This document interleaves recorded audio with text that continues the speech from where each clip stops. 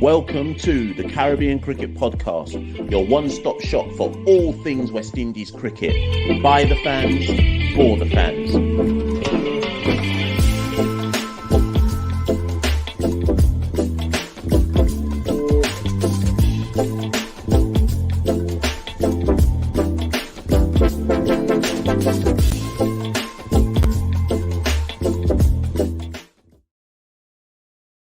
Yes, ladies and gentlemen, welcome to a live Caribbean Cuss Out show. I'm one half of the Caribbean Cricket Podcast, Mashal St. Patrick here. And back, I want to say back again, but back with me is my partner in crime, Santoki Nagalendran. Santoki, how you doing? Yeah, all good. Another brief hiatus, but I'm back when it matters. World Cup qualifiers have started, Mash. It's only licks when we touch down, you know. This is it. What we saying about Darren Sammy? 6 in a row, yeah? Undefeated streak. Man, people are telling me you can't count the warm-up games. We're counting the warm-up games, you know. 6 in 6 at the moment. It's like Goldberg's streak in WCW, man. It doesn't matter what the number is. The more important thing is we're undefeated at the moment. Listen, we're going to get into that and chop it all up because obviously, needless to say, there's quite a few people who it's almost like they're unhappy that we're winning matches. When did we get to a stage as West Indian fans who've seen the team suck for the longest while that we complain when the team wins 6 in a row? And honestly, Santoki, I'm not here to hear it's only this team or it's only that team. Like you can only beat who's in front of you. That's my mantra on any sport. Yeah, and I think people underestimate the fact that, you know, it's easy to slip up against these teams as much as people are saying, oh, it's only UAE, oh, it's only USA. I mean, if we take USA, for example, the fact that pretty much in these World Cup qualifiers, you will have to win every single game pretty much. First game against USA, it would be easy for us to slip up because don't forget, as much as our fans would like to cuss West Indies out, or some of them would, West Indies are the favourites of this tournament. They've got a target on their backs. Teams will want to beat them for the scalp, just to say we beat West Indies. So with that pressure as well and needing to win every game, it's not an easy task, you know, coming through. Obviously, it's one game down at the moment, but we did the job. Mash, as you tweeted out, all that matters is we did the job. Doesn't matter about individual performances, stats, as long as we get the W and we move on to Nepal on Thursday. Most definitely. And before we chop it up and before we kind of look at the scorecard and we read out the cuss outs that everybody sent in, I just want to play because we're a reputable media outlet out here. So let's show how professional we are. I just want to play Jason Holder's post-match post-match interview. He won for those who don't know, he won man of the match for his knock of, he got a 50 and I think he took, how many wickets did Jason take? I think he took 2. Let me just double check. Jason took, no, he only took 1, but it was 8 overs, 1 for 36. So good economy in that sense as well. So let's just play Jason's interview before we properly get into it. Yeah, Jason, congrats for the result today. This venue is a very historic one. In 2004, when it was officially opened, Brian Lara made a remark that he would like it to become an international venue one day. And then the West Indies becomes the team to play its first ODI here. And, how does that make you feel? Yeah, I guess it's a special feeling. I've been here before, obviously, a couple of times in Zimbabwe, but more as a practice venue. I don't think we've ever played a game. I was wondering if we played a warm-up game here last time, but then I think I was told that we didn't. But yeah, it's a really good ground. I think the biggest thing for me is the crowd, you know, the people that come out and support. I really enjoy the cricket. To me, that's the most pleasing feeling. I love to see people around the ground, and it's a good spectacle for the game of cricket. Jason, when somebody as respected as Carl Hooper comes out and says he finds the West Indies situation distressing and that, you know, there could be a new, or he's hoping there's no new low, is that a motivating thing? Or I'm sure stronger things are said behind closed doors in the dressing room, but how does that land with the players? Well, it's the first time I'm hearing it, to be honest. Look, man, people will have their opinions, man. I think they're entitled to their opinions, and, you know, we've just got a job to do. I don't think we need to make it any harder for ourselves by taking on any outside pressure from... He's the assistant coach. Oh, fair enough. I mean, at the end of the day, the thing is for us just to stay focused on what we need to do. You know, we've come here to qualify, and that's all we need to do. And just this morning with the conditions, I know you weren't actually on the park early on, but how do you assess those conditions with the early start? Yeah, it's tough, man. Obviously, there's a lot of moisture in the wicket early up, and I think if you're batting first, you just need to be a little bit more watchful. You know, there's bit of spongy bumps in it, and then there's obviously a little bit of seam movement as well. So I think if you're batting first, you just got to be a little bit more circumspect, give yourself a really good chance of bat deep. And obviously this is, let's say like this, the second go around you've kind of been here before, same country, just playing here in Zimbabwe. So did your experiences from the last tournament, how much of that did you carry with you coming into this tournament, and how much does that help you in your preparations? Look, it's good to be familiar with the conditions. I think that's the only thing I could really take. I think the last 4 World Cup qualifiers is gone. It was good back then, but I think the most important thing is to understand the conditions that we're playing in. I've played here before. I've played at Harare Sports Club, played in Bulawayo, so I think I've got that experience to know how these conditions play. So I think that's the most important thing I could take from the last tournament to this one. Anything further? And that's Jason Holder there, Santoki. I mean, not too much from Jason. I think Jason knows how to play the media game. But I did write down kind of 2 main points that he made there. The first one, when he said, we got to shut out the outside noise. And then the journalist said, yeah, but Carl Hooper's the assistant coach. No, I don't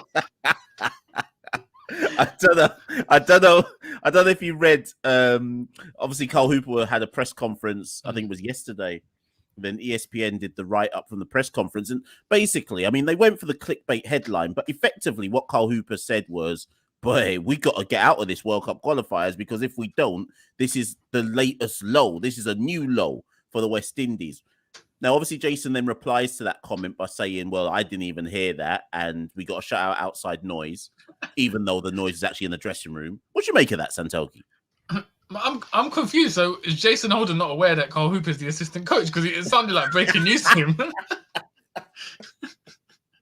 I think we have to assume he doesn't know that has become like a clickbait headline / article on ESPN or anything like that. And I refuse to believe that Carl Hooper has said that in a press conference and they're not saying that behind closed doors. And they're not saying, boy, we can't afford to not actually get out of these World Cup qualifiers. Like, that would be historic cuss out levels.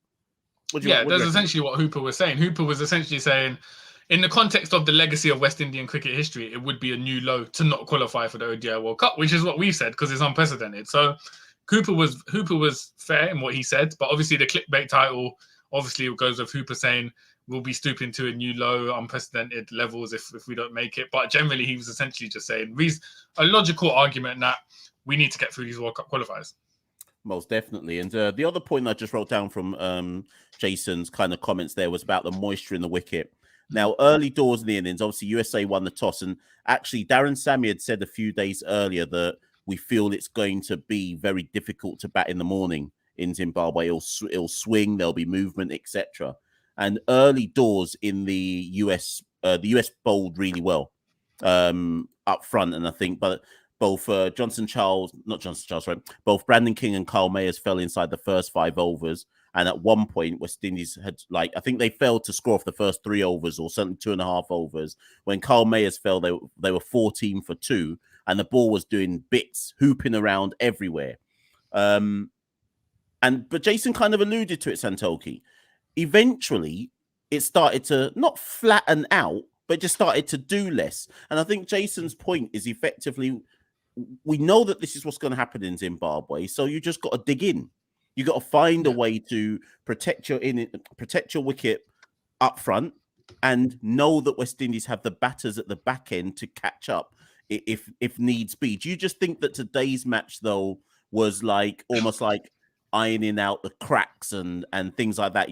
They're a bit rusty. We've got to remember, Santoki, that a lot of these players went from IPL back to the Caribbean to rest before coming to Zim. They weren't playing in the UAE. So do you think that this performance, the ones who want to cuss out the performance, do you just think that there's a bit of rustiness in this first performance? Yeah, I think this was all about gelling together in a match situation with pressure on the line. Obviously, we've talked about the warm-ups in Zimbabwe earlier this week, but their warm-ups, players will have that in the back of their head and have more of a license to kind of go for it. Whereas in the pressure situation, it's, as you said, ironing out those technical abilities, trying to get used to the match situation. And it's interesting because obviously Shamar Brooks was ill, so he missed the match. Johnson Charles comes in. Charles coming in at 3, I think it was the first time he's ever batted at 3 in an ODI.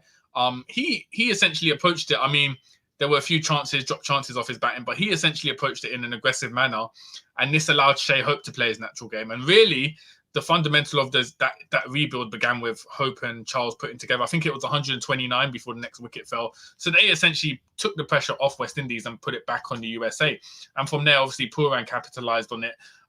So really and truly, like you said, I think beginning it was nerves, getting used to it. As you said, Carl Mayers and Brandon King both been trying to get used to conditions and everything like that. But really, it was ironic because Johnson Charles is the least, in terms of recent experience, least experience in ODI cricket, but he essentially took the game by the scruff of his neck and put it back in West Indian favours. Yeah, before I move on, just want to say, Brian H., thank you very much for the super chat.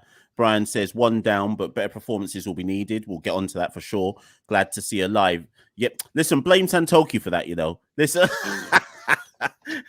when Santoki says he's coming through, I knew it had to be a live one, you know. I might not see Santoki on this again for another month. So all I will say to you people is when Santoki texts me and says he's coming on, it's going to be a live show for certain. So, Brian says, thanks for your work. Thank you, Brian. Big up. Thank you for the support. But yes, Santoki, as you say, Charles and Hope rebuilt the innings.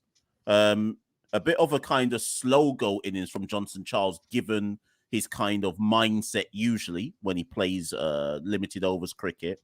But then there's been Samuel Badri said on commentary that he was disappointed with quite a few of the West Indian dismissals. He called it, I think he called it constructive criticism. Hope got out to a wild shot. Charles got out to a wild shot. Pooran, although he scored 43 off 28, he went for a big shot. Rovman Powell didn't even bother to see one ball. He went for a big shot and were just out straight away. What do you put? Because again, Santoki, I've gone on the kind of fans forums. I've seen like people who have atted us about the game. How do you view the weak, or let's call it soft dismissals? Because Hope's was soft, Charles was soft, Powell's was soft, Pooran's was soft. Someone said I saw someone say in a forum that they thought it was arrogant batting.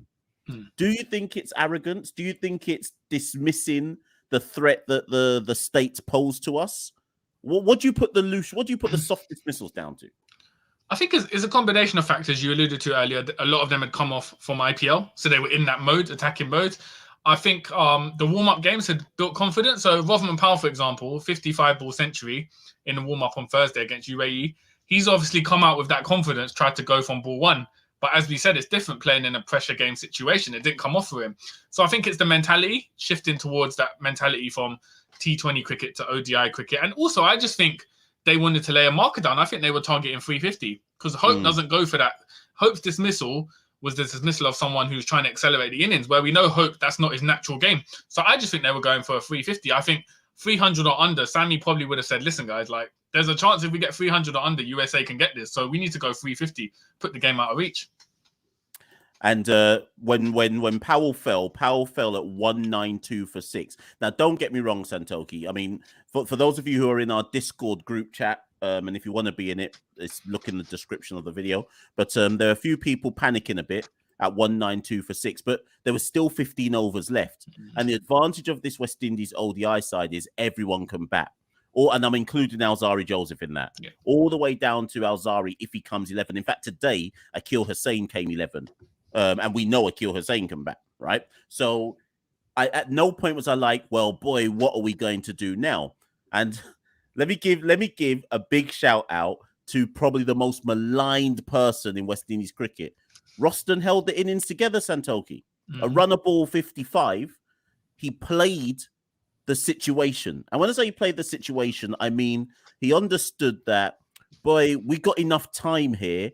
Let's just tick things over. Leave it to we've got overs in the bank to try and go big at the end. And I just thought Roston played the perfectly paced innings given the situation that was going on at the time. And I say this specifically to you, Santoki, from a Guyanese perspective. There were a lot of people who wanted Chase out for Sinclair. Is it fair for me? And you know I've been critical of Roston Chase, so it's not like I'm coming on some Roston Chase defense here. But do you think we saw today why Chase is there in terms of experience level? Yeah, I think Sinclair had valid claims to be in the side, but if you're basing it on experience, and like we said, the fact that you need to pretty much win every game, you're going to go with experience. And Roston Chase demonstrated it there. I mean, he's got a knack. He's essentially a big game player when it needs to be. He's coming to the side. Obviously, Carey's been injured, so Carey's out. Yannick Carey. Chase is in the side. He's made the most of the opportunity. You know, run a ball when it was needed. Valiant half century. So he did what he had to do. But a lot of that, as you said, Mash, was play in the game situation. Rotherham Powell didn't play the game situation. Rotherham Powell came out and thought, let me go big from my first ball. Chase came, played the conditions well, set himself in, built a foundation for Holder to tee off later on as well. So he played the games innings perfectly. And without that Chase innings, you know, we could have been looking at a big L. Yeah, most definitely. And as you alluded to, Holder showed his worth. Again, Jason Holder, believe it or not, has come under some criticism from people in the Caribbean about how comes he never gets dropped from the ODI side. I think whilst there's reasonable critiques to be made about him with the bat, I think he's been good with the ball in the last year. And today he showed that he's been working on his batting. Again, another person with a half century, 56 or 40 balls, and showed with those long levers of his that he can also play a significant innings if required. So yes, Santoki, we posted 297. Now, I'm going to be honest with you, Santoki. The minute we posted 297, we were never in any danger of losing. And this is why, hear me out.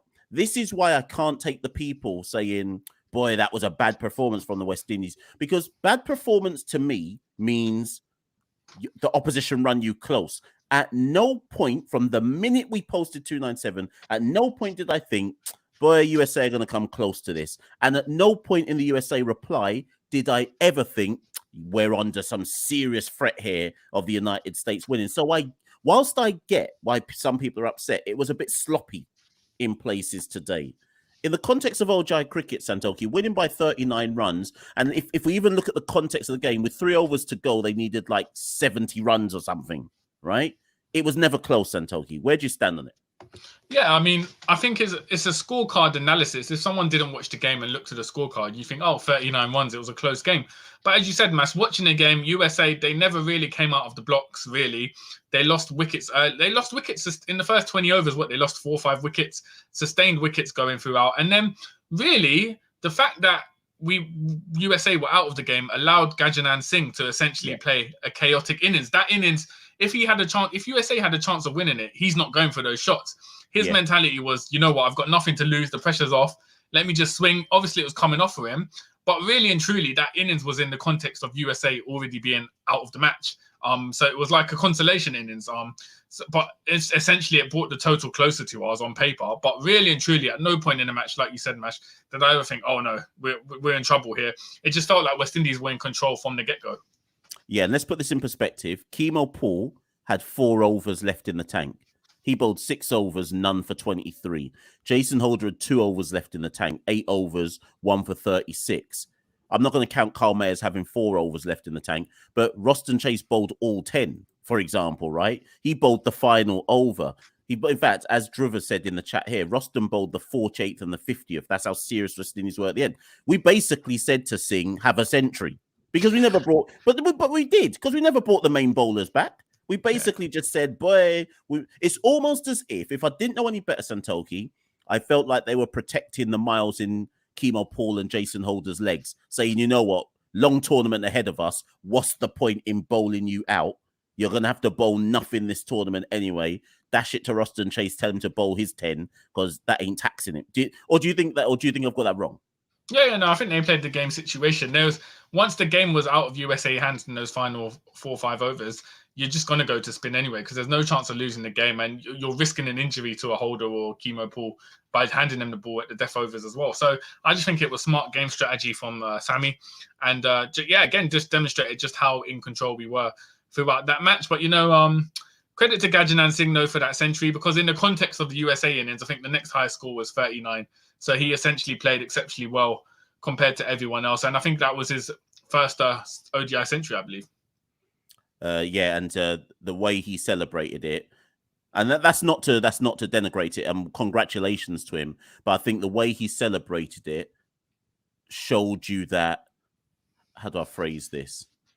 he wanted that personal mind. Like, if you hit a century in a massive losing effort and you're a serious side, you raise your bat. Don't get me wrong. You raise your bat, but it's kind of like one of them half-hearted ones where it's like, well, boy, I got a century, but it don't mean nothing in the context of winning the game. Singh celebrated that like he's telling all of his family back in Guyana about that century hit against West Indies. And fair enough. I'm not saying he mustn't, but I think we've got to. I think that context is important to understand. Like, he didn't celebrate it like the United States are 40 runs short of winning. If you see what I mean. Yeah. No. I think that's a valid point. But as we said, Gajanath Singh, I think he's 35 years old. Probably thought, once he kind of hadn't made it in the Guyana, set up his cricket days, or international cricket days, hopes, ambitions were done. So I think that was reflected in, because I think he only played for USA within the last 2 years. So he's coming relatively late. So obviously it's like a second chance for him, and you could see the passion in that celebration. But Mash, if we look at sort of going ahead to the next game against Nepal, if Shamar Brooks recovers from his illness, does he come back into the 11 for you? Is it Nepal we've got next? I'm just looking. Nepal. When are we? Oh yeah, on Thursday. We've got quite a big break. No, he can't. He can't. The only reason he might though is because Nepal are going to try and kill us with spin, and it's whether the West Indies think tank believe that because Brooks is supposed to be a better player of spin than Johnson Charles, that you bring Brooks back. If Brooks wasn't ill, he would have played today. But I don't know how you drop Johnson Charles now. So I'm going to think about it over the next few days, but I suspect that Johnson Charles has to keep his place. And in terms of, I think if I'm West Indies, I'm praying Yannick Harai gets fit soon. I don't know who he'd come in for, but looking at our bowling, and there's a question about it that I'm going to bring up on the screen shortly. I've got some concerns about our bowling if we've got enough variety in our bowling to cause the better associate sides problems. It just all looks a bit. It all just looks a bit one. Apart from Alzara Joseph, obviously, it just looks a bit one-paced and one-dimensional. Yeah. So there's some issues going forward potentially with the bowling. But who would you go with, Charles or Brooks? You'd have to go with Charles, purely based on momentum. I think there's no time to experiment with bringing Brooks back and seeing if he can do well. I think Charles is in form. You're not going to drop King or Mayers at the top of the order, so Charles has to continue in at number 3. But I agree, Mash. Make no mistake about it, USA is the weakest team in our group. Nepal are going to be a stronger challenge. Zimbabwe, we saw what they did to Nepal today. Chased down 2-9-1, relatively easy. 2 players hit century. So those are going to be tougher challenges. And like you said, I just don't know. It's not just this game, but in a wider context, West Indian white ball bowling has just lacked that clinical edge. And so you worry about, when we do face a Sikandar Raza, in Zimbabwe with the home crowd, will we be able to get that wicket, for instance? So, job done for now, first stage done, but we move on to tougher challenges ahead. Indeed. And for those of you who are listening to this, and big up the 122 that are currently in the live, I haven't even thought, I forgot all about it. Press like, press all of that stuff. Didn't even plug ourselves. Follow us on the socials, people. Usually it's Demo J comes in to remind us to like, comment, subscribe. So yeah, follow us on the socials, people, at Carib Cricket on Twitter and Instagram. Make sure you like the video, share the video, subscribe to Caribbean Cricket Podcast. You can see the ticker tape at the bottom. Please like up the likes, smash that button, etc., etc. But for those of you who are new, of the 129 now that are currently live in the chat, for those of you that are new, what we do now in our review shows is 5 to 10 to 20 minutes before the match is due to end, we post up on Twitter, send in your cuss outs. And we're going to do that for every match of the tournament. So I'm going to try and force Santoki to be there. So after we play Nepal on Thursday, we'll do another live show after that game, and so on and so forth going forwards, right? But thank you to all those people who sent their cuss outs in. So at this point of the show now, Santoki and I will discuss the questions that have been raised by you, the fans, and you get the priority because you sent the cuss out. So those of you who sent comments in live at this moment in time, I will try to come to some of them, but the cuss out people who sent the hashtag questions in, they get the priority. So Santoki, first question from at Jerome the Boss. He says, in his 2 parts, let's deal with the first part. Are you worried with the fact that West Indies struggle to bowl out teams? Let's go with that first. Yeah, and I guess that speaks to a wider issue about the bowling attack. Yeah, we just previously mentioned. I just think it lacks that clinical edge. We've been reliant on Alzari Joseph in recently to kind of get the wickets, but I just feel we need a stronger spearhead, particularly with pace bowling, which we don't have. Unfortunately, that's not going to resolve itself in this tournament. So I think for West Indian hopes, we've got to hope that some of the pitches are more spin conducive, just because if Yannick Karaya's back in, we'll have him, Hussain, potentially Chase as well, and we can kind of stifle teams and get wickets through spin. But I think purely reliant on our pace attack, I just think we don't have enough to take out stronger teams, bowl them out within 50 overs, which is a massive concern going forward. Yeah, so the way I see it is Joseph is obviously the go-to strike bowler, right?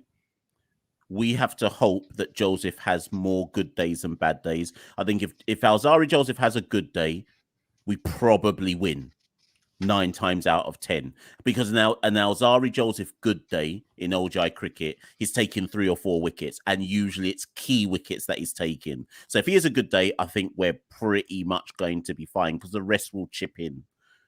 My issue is with the bowling attack that we've got is that we've got to hope our bowling attack more looks like a bowling attack that will be economical rather than a bowling attack that's gonna lick teams down. I think we'll see. If it's Kemo Paul and Jason Holder, I think they'll use their bowling smarts. I think they'll use the pitch conditions. They'll bowl off cutters. They'll bowl scramble seam. They'll take pace off the ball, and I think that will work to an extent. But when we're under the pump, probably from like a Zimbabwe or a Sri Lanka or whatever later on in the tournament, I just wonder, other than Alzari, who can Shea turn to and go get me a wicket? And that's the issue I've got. That's the precise issue I've got with our bowling attack. Yeah, no, I agree. I think we run out of a plan A pretty quickly. I'm not sure on the strength of plan B. And it's important, Mashal, to note it, just on a final point on USA. They were playing this game without their strike bowler, Ali Khan. Obviously, we know him from CPL for Chimbaker. We know what he can do. He took 7 wickets in the last ODI he played against Jersey. So he was their main strike bowler. So if Ali Khan was playing, who knows what would have happened today. So we can see, again, in terms of talking about West Indians being bowled out, we were bowled out essentially by an understrength USA team. So as we said, going forward against the stronger teams, it is a concern about sort of preserving our wickets. Second part of Jerome's message says, also, isn't it concerning how rare it is for our batters to score hundreds at this format, regardless of opponent? Now, I haven't got the stats directly in front of me. We all know that what Shea Hope does. So I think he's got 13 ODI centuries. King's got 1. Mayers may have 1 or 2. Charles got that 1. Did he get 1? No, that was T20. Charles has probably got none.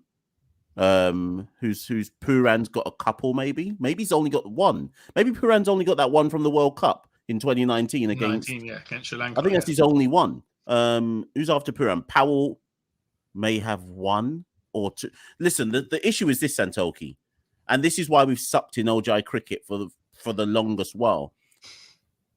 They don't know how to construct a long innings. There's a reason why Shea Hope's got 13 ODI centuries, because he knows how to construct an innings in the context of ODI cricket. And I'm not being critical of the rest, but we've not seen enough from them in their ODI career to suggest that they know how to, and when I say structure, I mean pace an innings appropriately for the 50 overs format. I could be mistaken, but surely the next top century maker in ODI cricket is probably Shimron Hetmyer. He's got 5.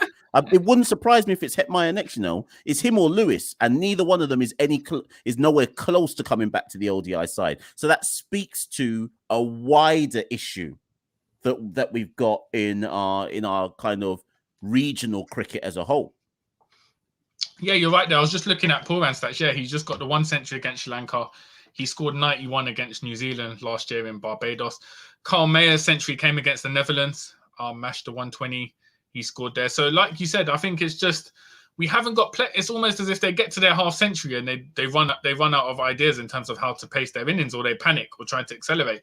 Shea Hope's the only one who can construct an innings. As you said, he's an expert in that, but we can't keep relying on Shea Hope. And as you said, ironically, Shimron Hetmyer, for all the cuss outs, he hasn't played an ODI in 2 years. He's probably next on the list. I think he is next on the list because he has 5. So that highlights sort of how important Shimron Hetmyer was to the ODI setup, but also alludes to the fact that whilst we do have quality batsmen in the side, they just haven't got the expertise so far to build and go big, because you do feel against bigger sides, you will need someone to step up and hit that century mark. And I'm going to use that to go straight to this question from Chatil. Because Chatil said, that's at Chatil Pandy, says, Hope opening or Hope at 4? Hope averages 60 opening. Obviously, in the run-up to this tournament, Santoki, Hope has now moved himself to 4. In fact, he did it in South Africa first. He's moved himself to 4. He scored a century in South Africa from number 4. It's a nice segue into this question, because Hope's whole makeup when opening was, I'm going to bat deep. And by batting deep, that allows the rest of the batters to accentuate their positives, which is they can lash for a short time, but not a long time. But if they lash for a short time, whether that be a Pooran, a Powell, a Mayers, or whatever, they're probably going to score like Pooran did today, 43 off 26 balls or something like that. But they might not stick around for a long time, but it's okay because Hope's going to bat through the innings.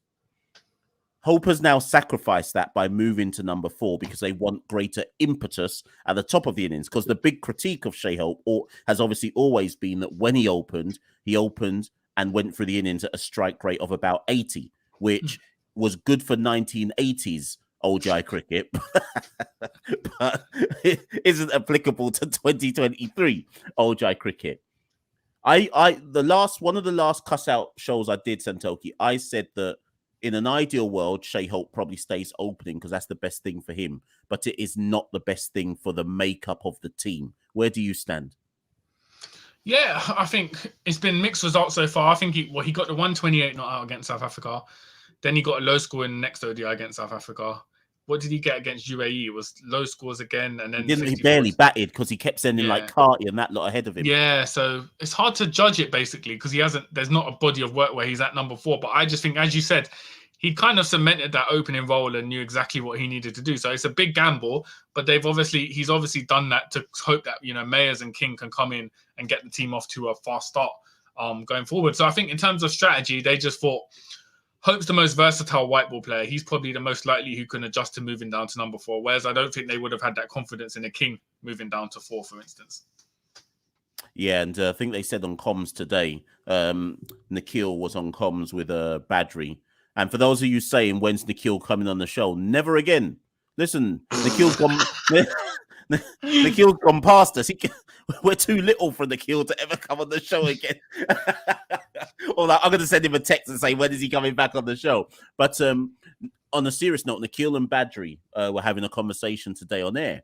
And Nikhil was making a point that one of the reasons to move Hope to 4 was the team feels, or the think tank, and obviously Darren Sammy, feel that Hope at 4 is a better use of his skill set in the middle overs when West Indies, generally speaking, fail to move, rotate strike and pace the innings properly and they get bogged down. So that I'm just saying that's potentially one of the other reasons why they've decided to make the move to put Hope at number 4, just to make sure there's still momentum for the innings in the middle overs. So we shall see.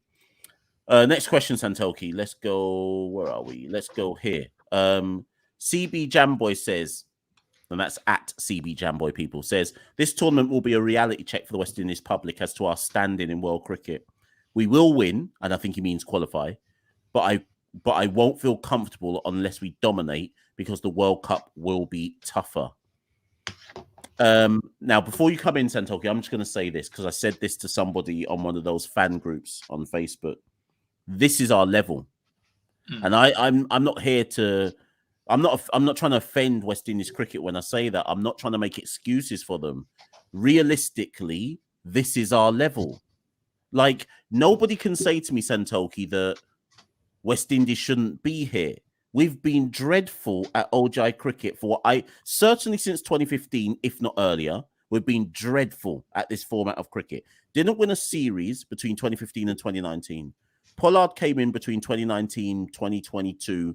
We started well, and then we fell off the rails. Remember, we lost 2-1 at home to Ireland, right? In the ODI Super League. We sent our B team or C team to Bangladesh and got moved to quickly in Bangladesh, right? We barely won games in that ODI World Super League, right?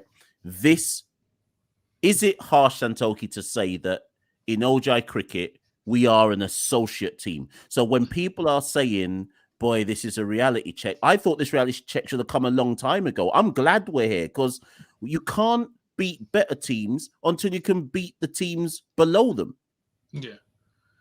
I think we've realistically said, Mash, if West Indies do make it through these qualifiers and get to the World Cup, most probably out of the 9 games we play, we'll win 2 pretty much. Because we know where our level is at the moment. We're just not good enough to compete with India, Australia, England. So as you said, Mash, we're not an associate side, but the quality of our cricket produces more evenly matched contests with associate sides. If you look at our ODI series where we have won 3-0 against the Netherlands, I know we beat Sri Lanka 3-0, but Sri Lanka in the qualifiers as well. You could argue Sri Lanka on that level as well. So I just think, this is where we're at. And I don't think long-term we're going to massively, dramatically improve. I mean, by the time the next World Cup rolls around, it's a bigger World Cup, I think, 14 teams. So we'll probably make it. But we'll be having the same conversations. Why can't we compete with Australia, England, India? So I just think realistically, this is our level. I mean, it's tough because a lot of fans would have grown up, with West Indies being such a dominant side in white ball cricket as well. So it's a tough adjustment, but realistically, Mash, this is where the levels are at the moment. Yeah, 100%. And if anybody is listening to this going, you two young boys, you don't know what you're talking about. And we only say young because obviously we know about the average age of the West Indian fan base nowadays. But if anyone's sitting there saying, you two young boys, you don't know what you're talking about, what happened in the 2022 T20 World Cup? We didn't even make it to the main stage. Scotland dashed us to one side and Ireland dashed us to one side. So if we can accept that was our level in T20 cricket, why should we not accept that this is our level in ODI cricket? And I hear it, don't get me wrong, I too want us to dominate in these World Cup qualifiers.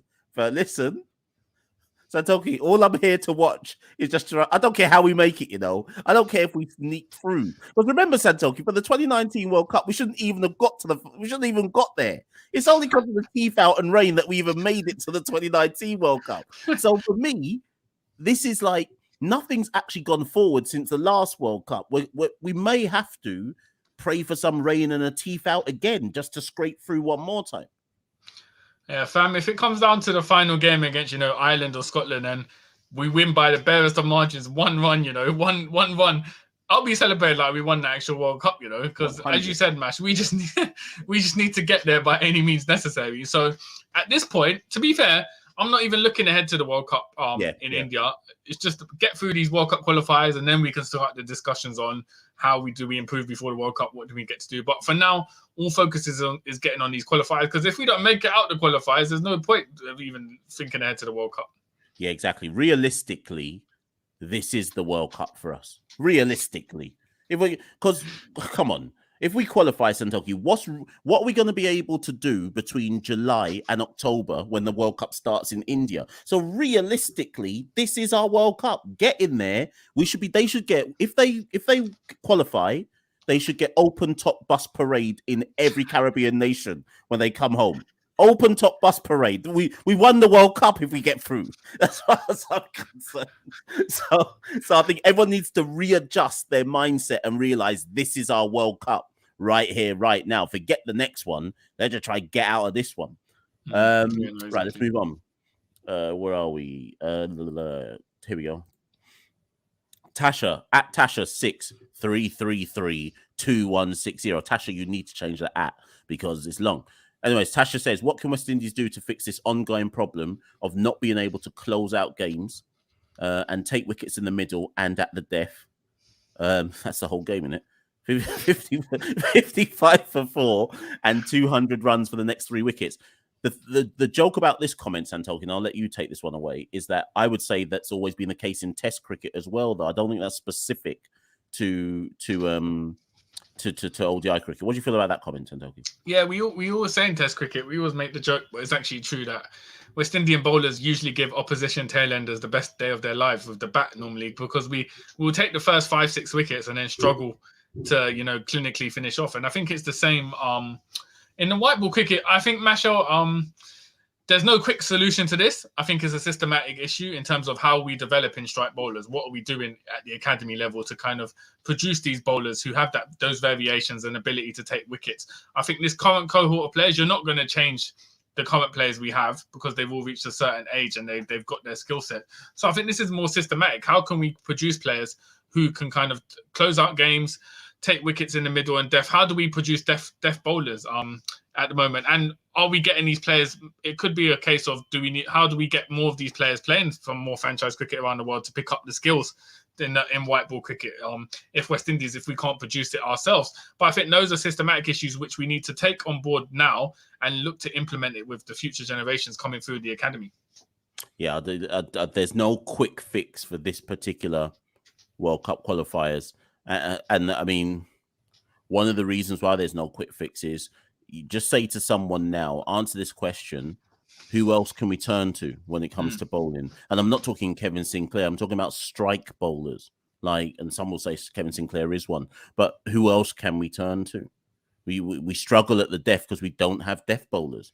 And we've been having this problem for a while now. So I think it's a shame. I think it's a shame Obed McCoy is never going to play 50 over cricket because if he could, if he had the fitness and didn't have the injury problems, I think he'd be a perfect partner for Alzarri Joseph, but he's never going to play 50 over cricket. And like you said, Mash, when it comes to our batters, people can always say, oh, we haven't got Lewis, we haven't got Hetmeyer in the side. With bowlers, there's no one else who we can say is missing. We could argue these are the cream of the crop in terms of who we select for the bowling department. Yeah, 100%. There wasn't really any fast bowlers left behind that you could say they should have gone instead. I mean, I called Dominic Drake's his name, but it's not like he's inexperienced at this level as well. So, let's move it on. At Scarcher 99 says, should we? Well, sorry, actually, I'm going to leave that one because I think we just answered that one. Sorry, Scarcher. I think we've kind of addressed that point. Just Facts says, at Just Facts 223, why did Hope not bowl his fast bowlers in the death? Well, I think we answered that one as well, didn't we? Yeah, we've answered that one. Answered that one. Just Facts. Apologies as well. This one was from Yoshif Kumar, but your message was so long I couldn't put your name in the actual message. If Brooks and Correa are unable to play in the team for the rest of the tournament, I know we've been told that Brooks has an illness. Correa has a nasal fracture. So there's a outside chance that maybe Correa will have to be sent home. Because when you have a nasal fracture, don't you have to wear a mask? So there's an outside chance that they may say, well, boy, it's looking sticky. He needs a certain type of mask. We can't make that mask. It's better if we just call for someone.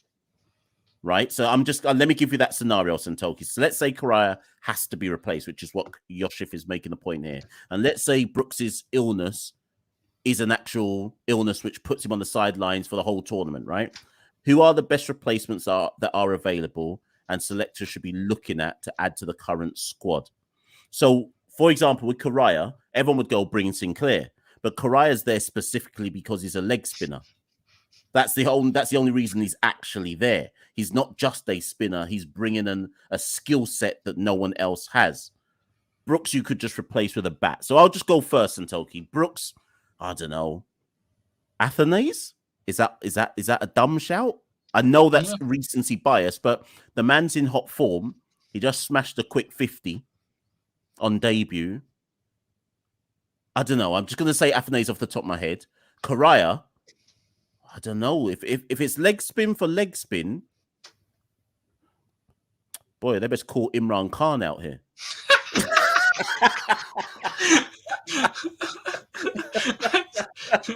Man said Imran Khan.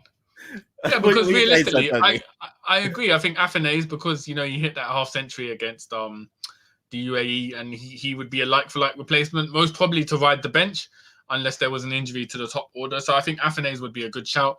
Correa is an interesting one because obviously the next available candidate would be Hayden Walsh Jr., but I don't think he would make the levels.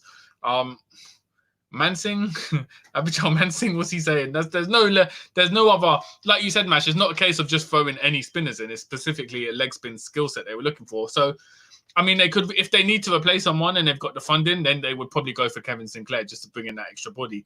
But if you were looking for their skill set that Correa brings, essentially, this is why, I mean, we've mocked him for essentially making all the squads across all the formats. It's because he has a skill set which is so rare in the region. So the fact that he's injured means that it's going to be hard to replace him. Yeah, 100%. And it probably would have to be Walsh Jr., to be fair, because of international experience. But certainly, what I would say is it's certainly one to watch, because I think there is an outside chance that when I saw that press release about Karaya's injury, the first thing that went through my head was he's going to need a mask. And I don't know. I wouldn't be surprised if we find out in like 4 or 5 days' time, well, boy, we just had to send man home. But we'll watch and monitor people. Stay in tune with our channels, and of course, we will update as and when. Last 2 questions, people. Then we're going to call it a day here. At Gwilyn Joel says, how can we better pair or utilize our bowling attack on the middle overs so that batters don't get comfortable? So it's a hard one because, again, there's no real quick fix. I think we've tried out combinations. I mean, it was unusual they didn't open with Joseph today to try and get, but realistically, I think, again, Mash, like we said, I just don't think we have the cutting edge. Whatever combo we bowl, whatever stage in the match, it's going to be hard for us to take wickets. And as a natural reaction, batters will get comfortable if the wickets aren't falling. So I don't think there's a way. I don't think there's any combination of bowlers you could play in this 11 where you think, oh yeah, they'll be clinical in the middle overs.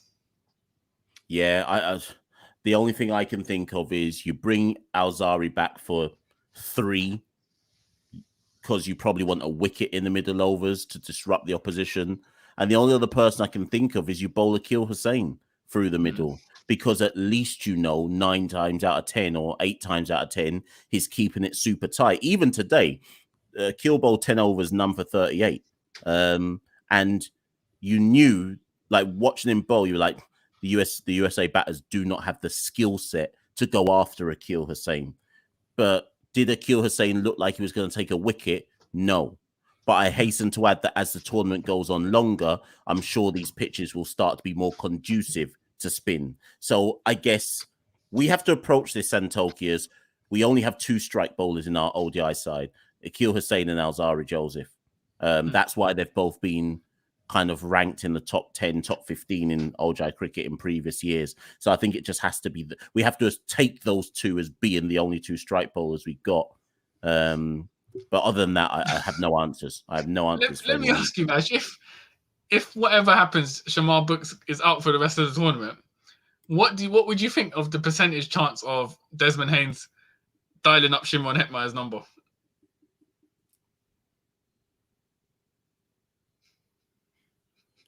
Desperate times to call for desperate measures. This is what I mean. Listen, no time for rules and no time for rules out here.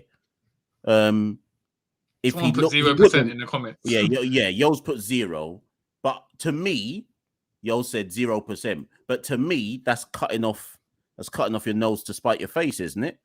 You'd have to look at the situation and you'd have to be like, who have we got that can best adapt to the situation right now? You either go for the young man Athanase and say, well, boy, he's on our radar anyway. We're going to call him up for the India Test match series, but he lacks international experience. Or you go for a proven player who's played at the top level. And who is that other than Evan Lewis or Shimron Hetmeyer?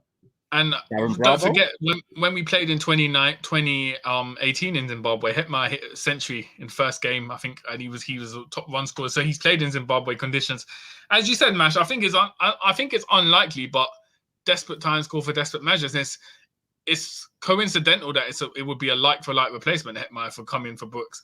And the fact that it could just be an SOS call. But obviously, there's a lot of scenarios at play. Brooks could come back for all we know, but if Brooks was ruled out of the tournament, I think it would open up a very, very interesting narrative involving Shimron Hetmeyer. And as we said, Mash, it would suit the mantra very well of never a dull day in West Indian cricket. Yeah, 100%. But we shall see. Last question, people. And it's from... Oh, sorry, where are we? Have I got it up? Oh, I haven't got it up. Where is it? Is it on the screen? No. Oh, it's so long they won't even go on the screen. So... I was like, where's it gone? Right, the question people says, have we answered it? Oh, okay, here we go. He says the best bowler should get the new ball, and that is Alzari Joseph. Why are they still experimenting with Mayers getting the ball early? Shouldn't he be replaced with Romario Shepherd so that King and Charles can open? There's quite a lot there. So let me take that off the screen because it's a long one. But he's basically saying, so today, Santoki, Holder and Chemo Paul took the new ball. And then Carl Mayers got the ball before Alzari Joseph got the ball. What's your take on that, first and foremost? So I can't remember what over Alzari Joseph got the ball. I'm going to say it was like the 6th or the 7th over. What's your take on that? Yeah, but Mayer's got 2 early wickets, so I think Mayer's sort of done his job. I think Mayers has such a valuable role for the side just because of what he can do at the top of the order. And more importantly, like we said, his ability to take big wickets or wickets when it matters with his medium pace bowling. I think he's just a handy asset to have in the side. He's essentially a more consistent version of a Roston Chase in that he can perform and he does 2 jobs in one. So for me, I don't really question Mayer's place in the side. And then the other part to his question was, well, yeah, you've kind of answered because you said you don't question Mayer's place in the side. So then how does Romario Shepherd ever get in this side? Because the one thing that surprised me today, so that I knew they were always going to have to choose between the 2 Guyanese bowlers, or all-rounders, I should say. Should it be Chemo? Should it be Romario? I think they went for Chemo because I think they believe that Chemo suits Zimbabwe conditions better and he's got better variations. And they possibly think he's a smarter bowler than Romario Shepherd. However, Romario Shepherd offers you insane power hitting at the back end, but there's always the question mark about will he lose his head with his bowling. If you were to bring Romario Shepherd in, how do you get him in the side? Or does he just have to wait until someone performs badly? Yeah, I mean, if I was picking, I wouldn't have Romario Shepherd anywhere near the side because, like you said, I think Chemo Paul is a very consistent and stable bowler. Like today, he bowled 6 overs for 23 runs. He has that consistency. He can keep the run rate down and he can bat smartly. Shepherd is very much on his day. He could hit 50 off 23 balls and take 3 wickets, but those days are few and far between. On the other hand, he could go for 100 off his 10 overs. So I just think the unpredictability of Romario Shepherd means in these situations where it's going to be close games, I just think he's a big risk to have in the side. Because one, he can't always pull it off with the batting. We've seen it. Whilst he can be destructive, it's not consistent at all. And then more crucially, if he does lose his head with the ball and you have to bowl him out because you've got allotted overs to get through, he could lose you the game with the ball. And I think that risk is not worth it for selectors, whereas I don't think Paul is that inconsistent enough in his performances to ever single-handedly lose you a game. Yeah, that's well put. And because of your analysis there, it just begs the question for me. Shepherd's going to have to ride the bench for quite a lot of the tournament. Because if you're not playing Romario Shepherd against USA, when are you playing him then? You're telling me that they're suddenly going to bring him in versus Zimbabwe, which is obviously the hardest match in the group stage for us, right? And then when we get through to the Super Sixes, you're suddenly going to bring him in then. So it was quite interesting to me to see who they started with in game 1, because effectively you're saying to people, this is our strongest side, give or take injuries. Yeah. So we shall see moving forward. Okay. Listen, people, thank you very much for those who have sent in the cuss out questions. Like I say, there are some of you, not undoubtedly. There's at one point I saw 175 in the live. Thank you so much, everyone who's jumped in. There are some of you in the live who will probably be saying to yourself, but I want to be able to send in a cuss out question. I haven't got round yet to going onto Facebook and send in your cuss outs, because I'm well aware that some of you exist on Facebook and Twitter is not your thing. But hopefully for the Nepal game, I can get around to doing that. It'll be on our Caribbean Cricket Podcast Facebook group, where I'll do the same thing where I'll be like, if you want to send in any cuss outs, send them in now for the show. But at the moment, we primarily do it through Twitter. Santoki, final words then. So we're off to a winning start. Oh, sorry, I should just point out to people, because somebody made this comment. People, you have to remember, in terms of run rate and points and all of that, the only run rate and points that matter are the ones you get against the 2 teams that West Indies go through with. Now, obviously, some of you are saying, what, we're already going through. We're at least getting through this stage. I don't know about the next stage. We're getting through this stage. I know that much, right? So when West Indies go through, we only take the points through of the teams that we go through with.